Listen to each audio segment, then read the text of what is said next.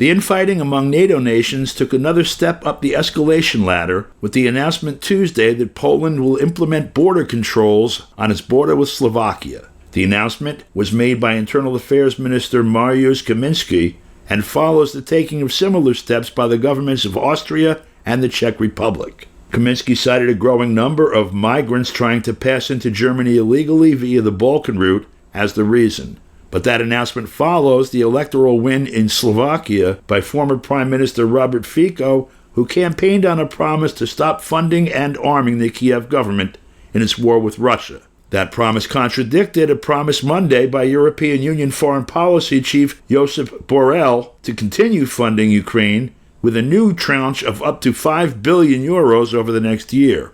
He promised those funds at a joint press briefing in Kiev with Ukraine's Foreign Minister Dmytro Kuleba. This past Friday, Hungary's Prime Minister Viktor Orbán said Budapest wants to end the fighting in Ukraine, which he called the Slavic Fraternal War. He said other nations should, quote, isolate it, separate it, prevent it from spreading further, closed quote. Orbán also said that the EU is short of funds and now has to decide between supporting Ukraine or supporting its own member states, such as Poland, Hungary, the Czech Republic, Slovakia, and Croatia. Earlier this month, the Hungarian Prime Minister predicted that the deterioration of the economic situation in the West would force countries to stand up for peace, as he put it. He said they would be urging Kiev to negotiate with Moscow. George Szamuely is a senior research fellow at the Global Policy Institute. He's based in Budapest, Hungary, and is the author of Bombs for Peace, NATO's Humanitarian War on Yugoslavia. He's a frequent political commentator in a number of international media platforms, including RT and Sputnik in Russia. We spoke with him via Skype on Tuesday. This election in Slovakia was very interesting. I mean, Slovakia is obviously not a huge country. However, a lot of pressure was applied against Slovakia in order to force it to vote the right way being the NATO EU way. And a lot of propaganda was spread about Fico, the former prime minister. He's been a prime minister twice before. And the thrust of it is, of course, what you would expect, that Russia is interfering in Slovakia's elections, or Russia wants Fico to win, and in fact, Fico is pro-Russian. Now, of course, he's nothing of the sort. He's like Viktor Orbán in Hungary. He's primarily a Slovakian patriot. He wants what's good for his own people.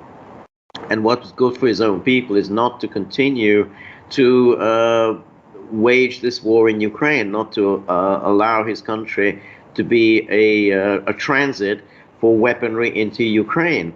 Well, this is obviously anathema to the leaders of NATO and the EU, and this is a blow to them, no question, because up until now, they only had to worry about Viktor Orbán. Orbán's a kind of a maverick figure. They could deal with Orbán, apply pressure against him, but now he has an ally. And now there are two of them. And if there are two of them, then who knows, what other country might slip and become a problem for NATO.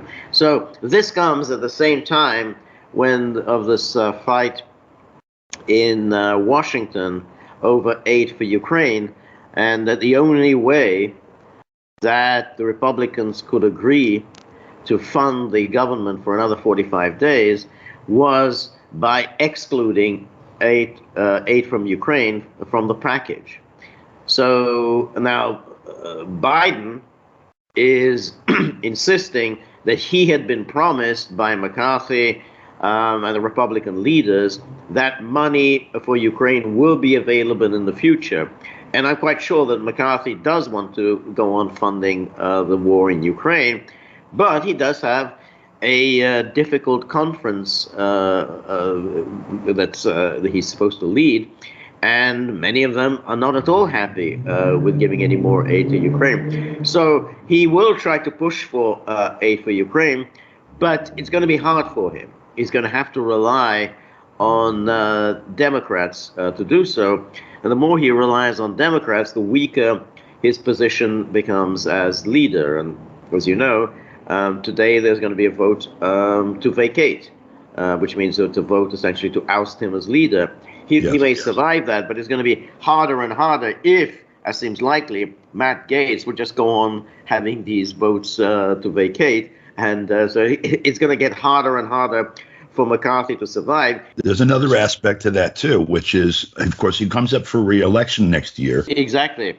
I think he's in a bind.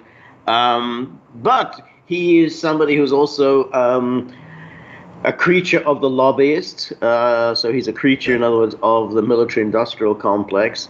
For him, it's second nature that you give everything to the arms contractors, and you give whatever Ukraine is asking for. And actually, like that's what the Republican leaders all think. Hey, any money that we're spending on degrading Russia, on killing Russians, is money well spent. As long as no Americans are dying, then why not go on doing it? But he's in a bind because so many of the members of the conference really just don't want to do it. So he is in some trouble. Let me ask you something also here. We have the election in Slovakia, and so we may see that's still not completely settled with the making alliances and whatnot to make him prime minister. But also, Hungary has been in this position for quite a while. I know how the EU works. They need, on major policy things, unanimity. But in terms of NATO, I don't know how that operates. Could you maybe enlighten? Well, that's the thing that NATO does, rely on unanimity, but it can live without it because the Americans call the shots. I mean, ultimately, it's who puts up most of the money, who puts up most of the arms. NATO is driven by the United States. In fact, it is just the United States. I mean, nobody else is really making serious contributions to NATO. So that isn't such a problem. It's more of a problem in terms of foreign policy when you got two governments that are actually in Ukraine's neighborhood, both of whom are saying, we don't really feel threatened by Russia. We do feel threatened by a war in our neighborhood. We feel that we might be in the front line of any escalation. And we are afraid that sooner or later it's going to spill over into our very nice countries. So we want this war to be brought to an end immediately. And to the argument, you mean you want Ukraine to win? No, we don't want Ukraine to win. We want this war to come to an end. Because the rest of NATO do this weaselly thing. I want the war to come to an end quickly. And by that I mean Ukraine should win this war quickly. But they say, no, absolutely not. We just bring this to an end now. So the problem I think Fico will face, I mean, even if he succeeds in forming a government, is that there's a deep state in Slovakia, as there is in throughout NATO-dominated Europe, because the military, the intelligence apparatus is thoroughly penetrated by the United States, and they will resist any attempt by Fico to change foreign policy. I mean, there will be resistance. I mean, even today, there's a story saying the Slovakian government, which is that's not still run by Fico, has protested to the Russians because Russia had said that the United States had been interfering in Slovakia's election. This elicited a protest from the Slovakian government. How dare you suggest that the United States was interfering in our election? Now, the EU has been alleging Russian interference in Slovakia's election for weeks on end. That didn't elicit any kind of a protest from the Slovakian government. But the moment somebody says the Americans are interfering, suddenly, how dare you suggest anything like, of course the Americans aren't interfering. The Americans would never interfere in an election. Actually, and also Hungary was accused of interfering also, right? Yes. Well, that's right, because Orban has been explicit in welcoming Fico to power. He even sent out a tweet the other day, welcome back, look forward to working with you. All right, I appreciate your time, George. You take care, and we'll see you again soon. Thank you very much, Don. See you.